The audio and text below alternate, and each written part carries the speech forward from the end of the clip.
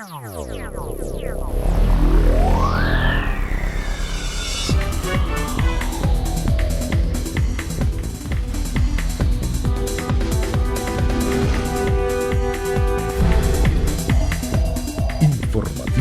Mira TV está en ti. Amigas y amigos, sean todas y todos bienvenidos a la entrevista. Es un verdadero placer contar con su amable audiencia y hoy de manera muy especial que estamos retomando el informativo Mira TV con todo el apoyo de la comunidad, con mucha alegría y sobre todo con el mismo profesionalismo de nuestro amado equipo. Así que muchísimas gracias por el apoyo y bueno, en el nombre de Dios, que este informativo sea el inicio de grandes proyectos para este canal y sobre todo del servicio a nuestra querida comunidad de los Altos Mirandinos. Bueno, hoy por esas casualidades de la vida, todo comienzo tiene sus particularidades.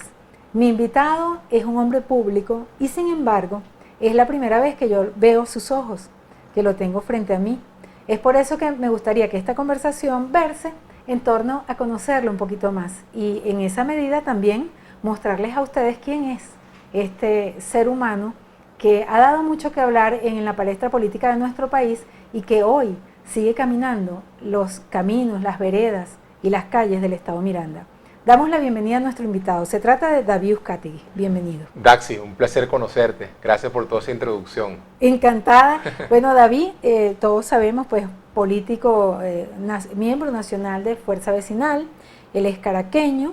Tiene un apellido de un expresidente de nuestro país, aunque Segundo apellido, Campins, pero eres familia lejana. Sí, Luis Herrera era pariente o primo tercero de mi abuelo.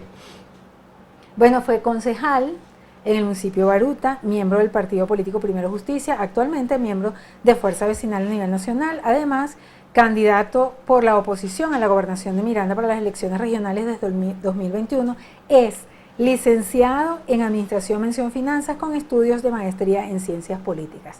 Como les decíamos, está recorriendo precisamente el Estado Miranda, en los Altos Mirandinos, con diferentes actividades, inclusive pues viviendo la experiencia de lo que ellos han llamado casa vecinal, que por ahí vamos a comenzar para que nos comentes cómo te ha ido en estos recorridos y en el caso específico de esas posibilidades de agrupar a las personas, a los vecinos, en lugares específicos. Siempre estamos en la calle, Daxi, siempre trabajando por nuestra comunidad y estas casas vecinales son una respuesta a lo que siempre hemos llevado a cabo en nuestra comunidad, que es el trabajo social.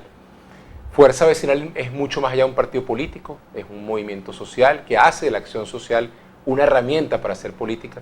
Y hoy estamos muy orgullosos porque estamos inaugurando próximamente pues, esta casa vecinal en Carrizal, acompañado de nuestro alcalde querido y hermano José Chonchón Morales, que ha hecho un trabajo importantísimo, a pesar de toda la adversidad económica que vive nuestro municipio Carrizal y todos los municipios del estado Miranda.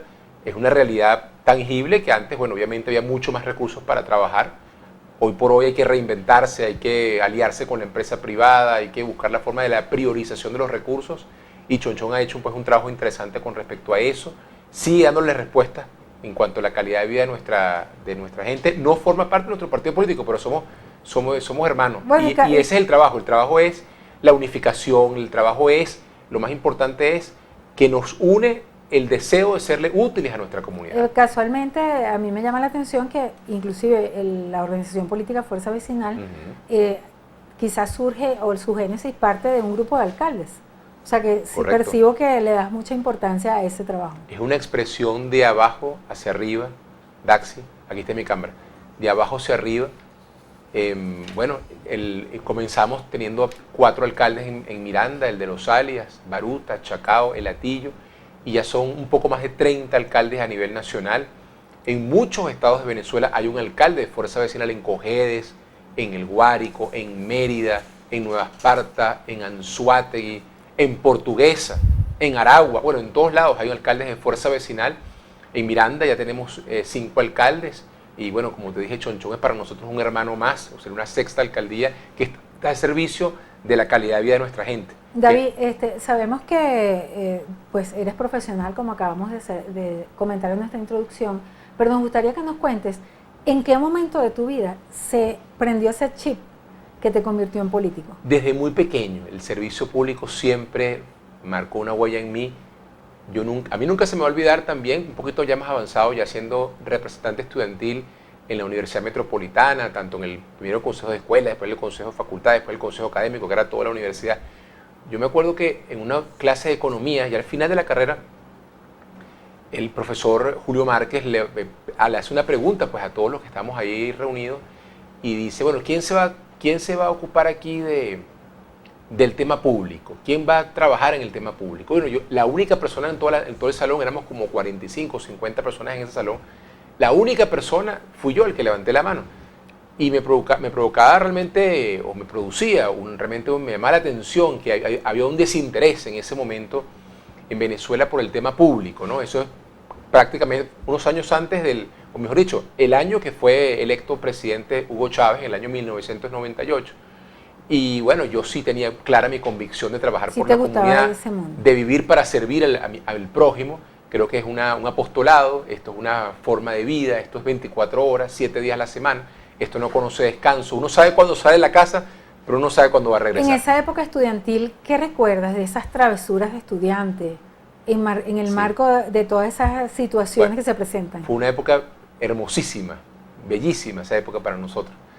Veíamos el tema estudiantil como una lucha que nos producía un quiebre en el alma. O sea, de verdad era impresionante cómo nos tomamos a pecho nuestra responsabilidad de ser líderes estudiantiles y trabajar por una mejor universidad. Yo me acuerdo que siempre tuve posiciones encontradas con las autoridades rectorales, era por eso, porque mi lucha era por la defensa de los derechos de los estudiantes. Y bueno, hicimos un trabajo importantísimo. Me acuerdo que íbamos los fines de semana incluso a trabajar en la universidad. Prácticamente al final de nuestra carrera era más trabajo estudiantil que estudio de las materias, ¿no? Estábamos muy dedicados a la lucha estudiantil. Fue una época muy apasionante que se lo recomiendo a cualquier joven de este país que luche por los intereses de los estudiantes, que sea representante estudiantil, líder estudiantil, porque trae muchas satisfacciones y tiene una gran dosis de alegría para el alma. ¿Qué edad tienes ya? Yo tengo 46 años. ¿Y de qué te arrepientes? ¿De qué me arrepiento? Bueno, de muchas cosas. Por ejemplo, cuando uno está en la universidad, uno tiende a dejar de leer, por ejemplo. Uno piensa que no tiene tiempo en ese momento, ¿no? Entonces uno se dedica a pasar las materias, pues, a luchar para pasar las materias, que es bien complicado, las carreras, pues, la matemática, el cálculo, la gerencia financiera, en mi caso, yo soy licenciado en Administración, Mención Banca y Finanzas.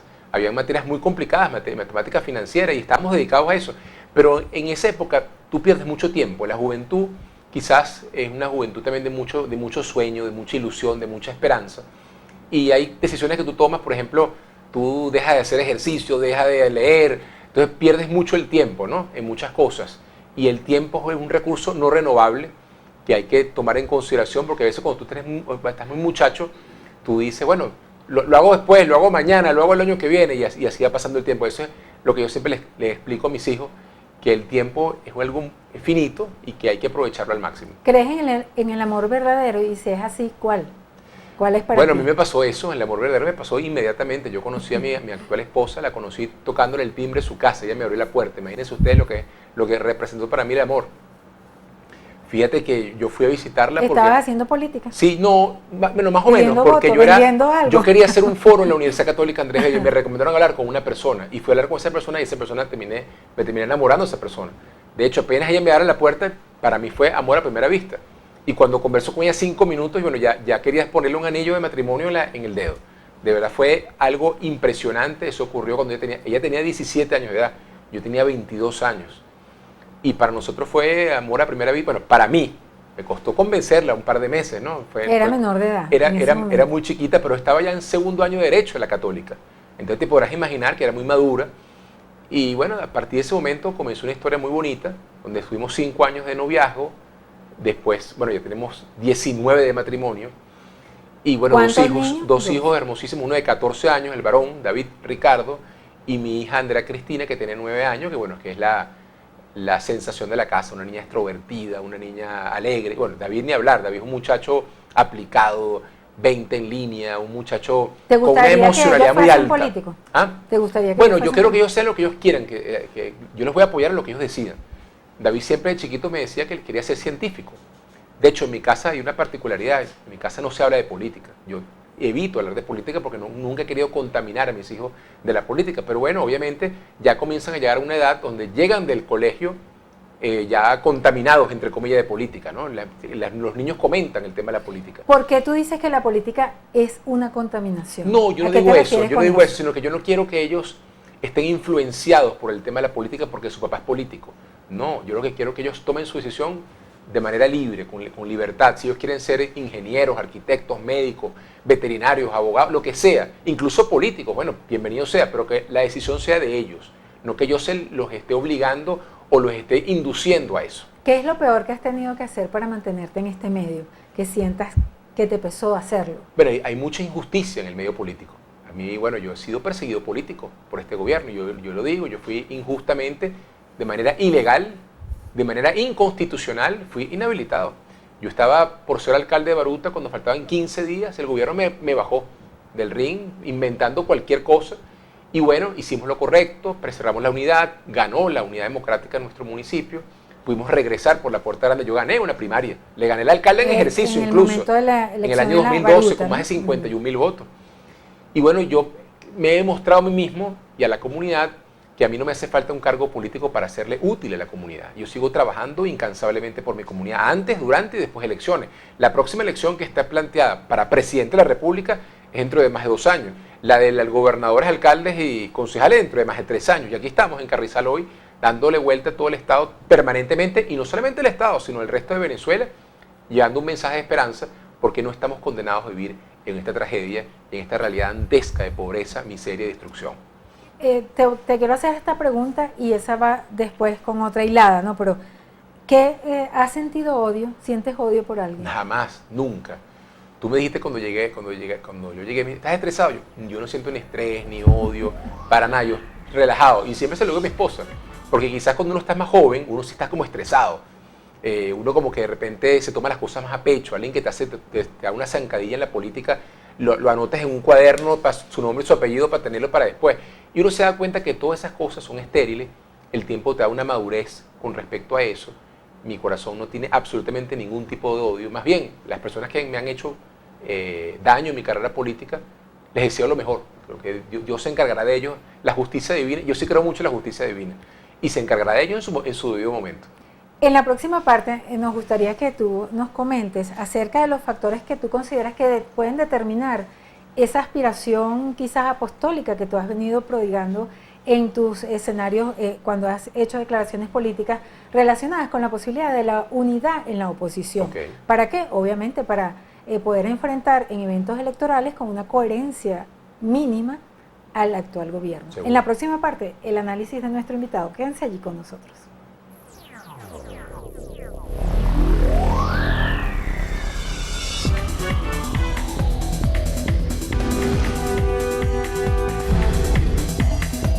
Informativo Mira TV está en ti. Amigos, continuamos en la entrevista. Aquí está con nosotros David Uzcategui. Ya lo conocemos un poquito más, logramos ver sus ojos y además su sonrisa, pero quisiéramos saber el análisis que él tiene para nosotros con respecto a esa cruzada que hemos hablado como unidad dentro de la oposición.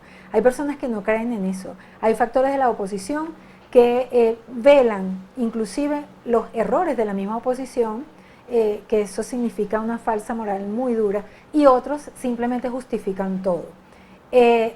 Somos seres humanos y en ese mare magnum de ideologías políticas, de caracteres y de posibilidades, en Venezuela está la oposición. ¿Podrán contar con unidad para enfrentar al actual gobierno? ¿Cómo se logra eso? Ese es el análisis que esperamos de nuestro invitado. Te voy a responder esa pregunta viéndole los ojos a la audiencia. Yo estoy muy preocupado y tengo que decirlo como ciudadano, como venezolano. Si no hacemos las cosas correctas de aquí al año 2024, va a pasar lo que no quiere que pase la mayoría de los venezolanos, que es que una minoría se imponga sobre una mayoría desorganizada, desunida, peleada. Bueno, lamentablemente, sí, atomizada. Yo quiero decirle a la gente, porque nos está escuchando en este momento, que nos está viendo, que vamos a hacer un gran esfuerzo porque prive la sindéresis, porque realmente se aparten esos egos que le han hecho mucho daño a Venezuela y se ponga realmente la preocupación y el acento en la solución de un tema que ya va mucho más allá del cambio de un gobierno. Es el cambio de un modelo que ha fracasado en Venezuela, Daxi. Un modelo que ha traído es pobreza, es destrucción, hambre, miseria, desempleo, control social. La propuesta de fuerza vecinal, independientemente de quién sea el candidato, es la conformación de un modelo económico y social que permita el progreso, el bienestar y la prosperidad de todos los venezolanos. ¿Ese modelo estará inscrito en qué filosofía política? Ese modelo, bueno, nuestra filosofía es el metamodernismo y te voy a explicar un poco a qué se refiere eso. En los países nórdicos son los países que se han identificado en todas las encuestas que se hacen a nivel global, a nivel internacional, se ha identificado como las ciudadanías que tienen más felicidad en el mundo. Tienen un sistema de seguridad social envidiable, unos pensionados, unos jubilados que viven tranquilamente los últimos años de su vida, una juventud que está estudiando los mejores planteles educativos porque el gobierno tiene muy en consideración y muy en cuenta la prioridad mundial y nacional que es el tema de la educación. Un país en educación, Daxi, no va para ningún lado. La educación es la llave para salir de la pobreza, es la llave de las oportunidades, de cambiar la realidad que tengas tú en tu casa a nivel familiar, de depender por ti mismo. Nosotros queremos desarrollar en Venezuela un modelo liberalizador, que la gente sea autónoma, independiente, que se valga por sí mismo, por el esfuerzo, por su trabajo, y no dependa de una dádiva del gobierno, no dependa ni un bono, ni un subsidio. A la gente que nos está escuchando en este momento, ¿quién se podía imaginar hace 20 años en Venezuela que el 75% de la población iba a depender de una bolsa de comida para comer? ¿Quién? Del gobierno. Imagínense ustedes eso. Producto de un modelo. Producto de un modelo pensado empobrecedor. profeso. Claro, para controlar socialmente. La única forma del que tiene el gobierno para aferrarse al poder es el control social. Si llegases a tener el poder de tomar una decisión para cambiar, pues un tema obviamente en Venezuela, ¿cuáles serían esas acciones? Cambiar las prioridades. Las prioridades son la educación, la salud y el empleo. Y sobre todo el tema del empleo. Para la gente mayor, obviamente, pero a partir de ahorita tenemos que romper esa mala situación que tenemos con respecto al tema de la educación. El gobierno, ¿qué hizo el gobierno ahorita en las vacaciones escolares para arreglar nuestros planteles educativos? ¿Qué hizo en materia de educación en este receso escolar? Lo que hizo fue negarle el bono vacacional a los maestros. Ese fue el legado del gobierno en estos últimos 2 meses. Y bueno, producto de ese esfuerzo que se hizo en la calle, de ese reclamo colectivo, fue que se pagó el bono para luego devolver la moneda para que el bono se hiciera sal y agua. Eso fue lo que sucedió en Venezuela. O sea, la priorización, Daxi, es lo más importante. La priorización es educación, salud de primer mundo, tanto preventiva como curativa, y el tema del empleo. Que la gente tenga un empleo digno, con un salario digno en moneda dura, que le alcance para vivir con dignidad. David, me gustaría que tú nos cuentes, viendo los dedos de tu mano, los 5 dedos de tu mano, si en cada uno de esos dedos tú puedes colocar el nombre de un amigo. Tengo muchísimos amigos, y bueno, pues personas nombrarnos muy queridas. A alguien que tú digas, este es mi amigo, esos amigos que convertimos en hermanos, después de conocerlo. Tengo muchos hermanos, tanto dentro de la política como fuera de la política. Te puedo hablar de 5 aquí, mira, está Ajá. Elías, Gustavo, Darwin, José y Morel David.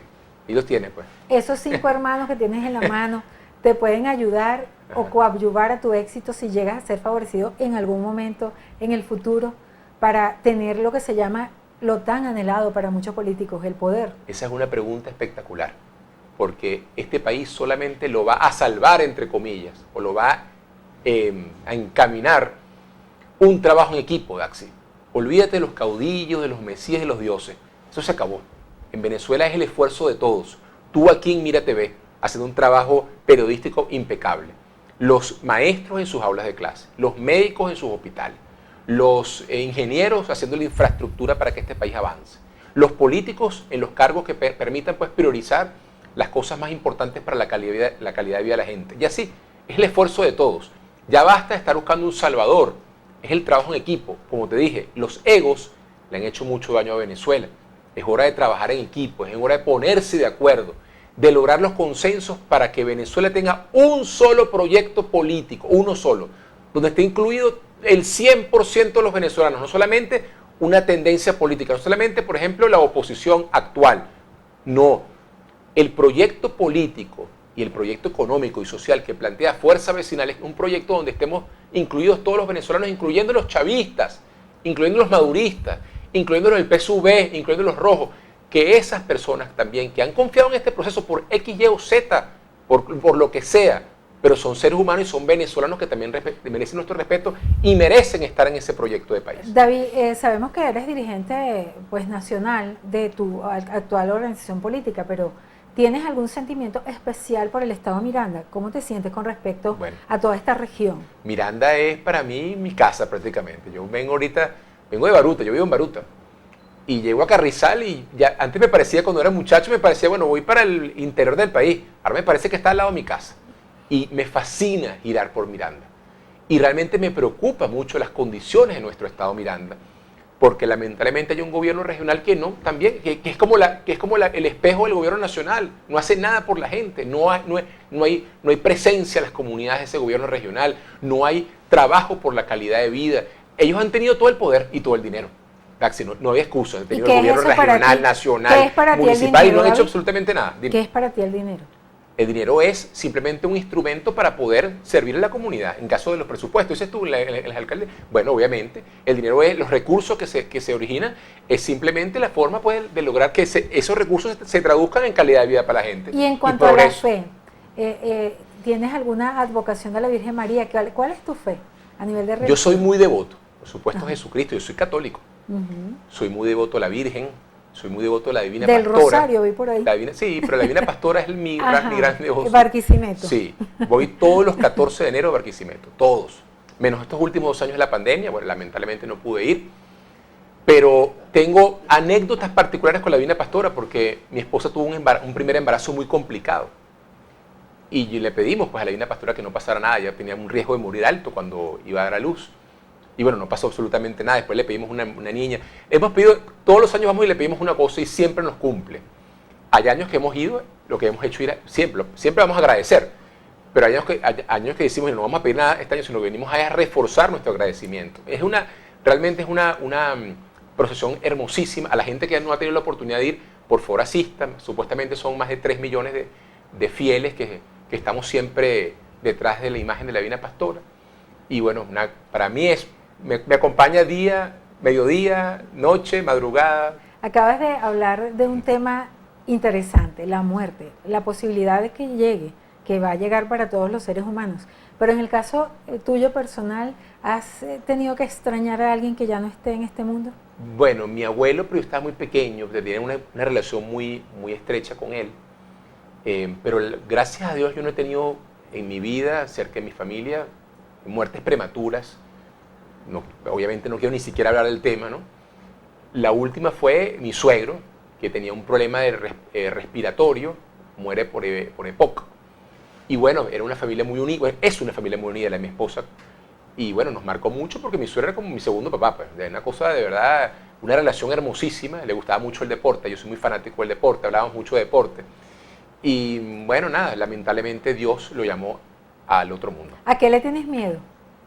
Nada, mi miedo principal te parecerá mentira, es de que mis hijos en un futuro, ya cuando estén un poquito más grandes, me digan, papá, ¿qué hiciste tú para cambiar esto y no se logró?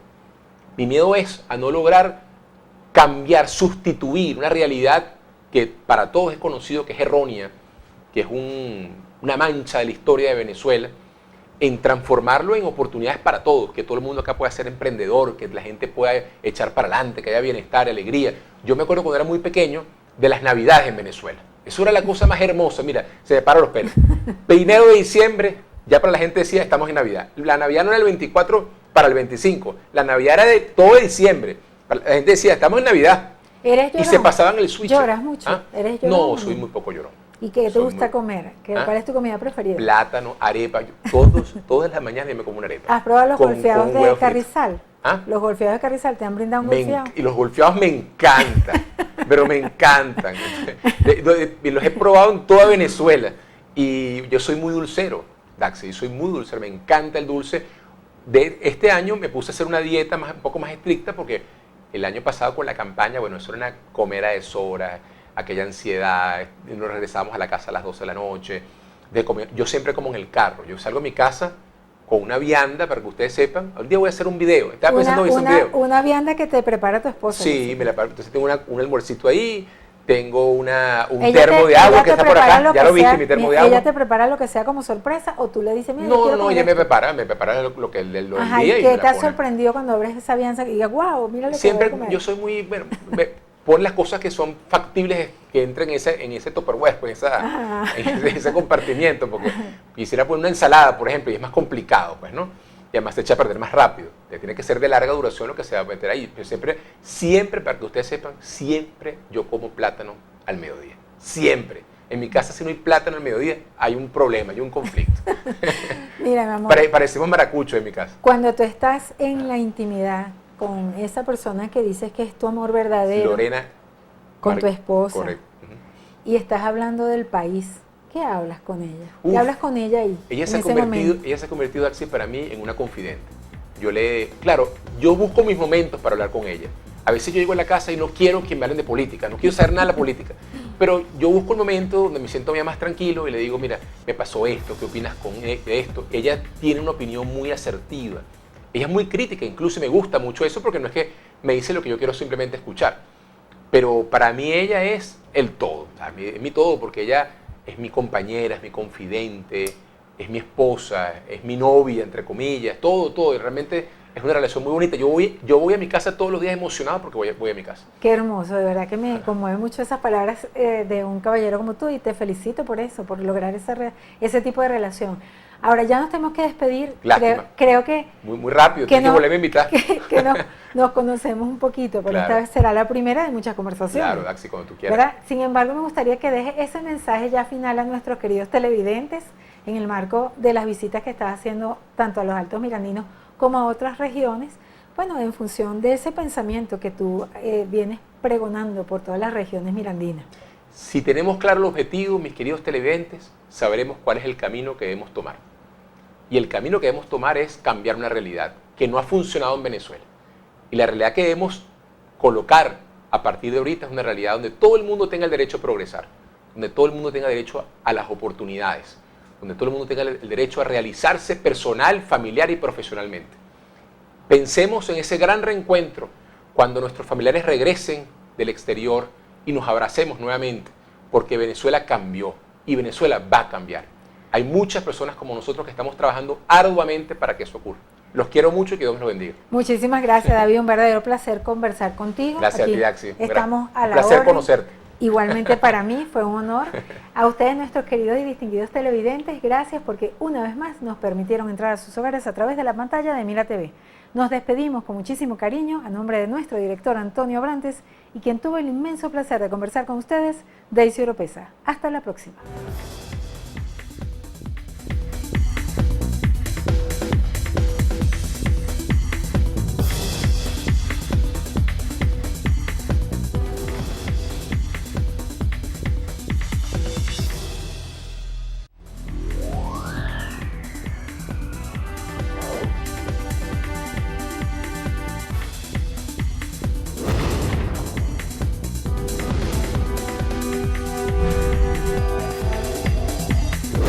Informativo Mira TV está en ti.